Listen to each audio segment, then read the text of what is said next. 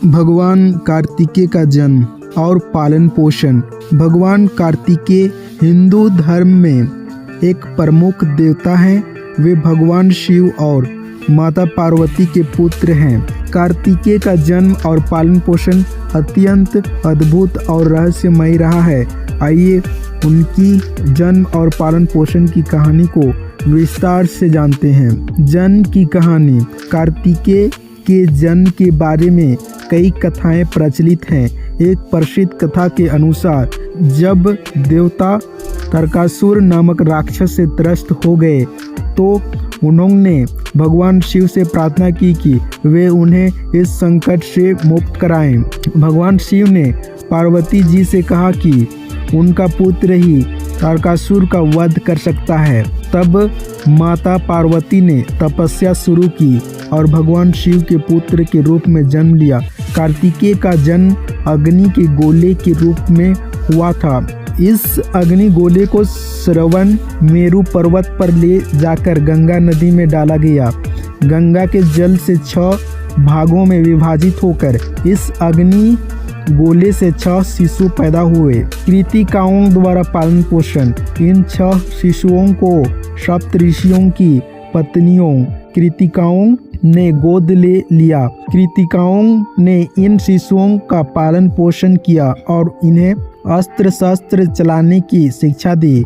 धीरे धीरे ये 6 शिशु एक हो गए और कार्तिकेय के रूप में जाने गए। कार्तिकेय का युवावस्था। कार्तिकेय जब बड़े हुए तो उन्होंने तारकासुर का वध कर देवताओं को मुक्ति दिलाई। इसके बाद कार्तिकेय ने कई अन्य राक्षसों का भी वध किया और देवताओं के सेनापति बने। कार्तिकेय के विभिन्न नाम। कार्तिकेय को कई नामों से जाना जाता है, जैसे कुमार। कुमार का अर्थ होता है कुमार या युवा। स्कंद। स्कंद का अर्थ होता है 6। यह उनके 6 मुखों के कारण दिया गया नाम है। सुब्रमण्य। सुब्रमण्य का अर्थ होता है ब्रह्मा का पुत्र। मुरुगन।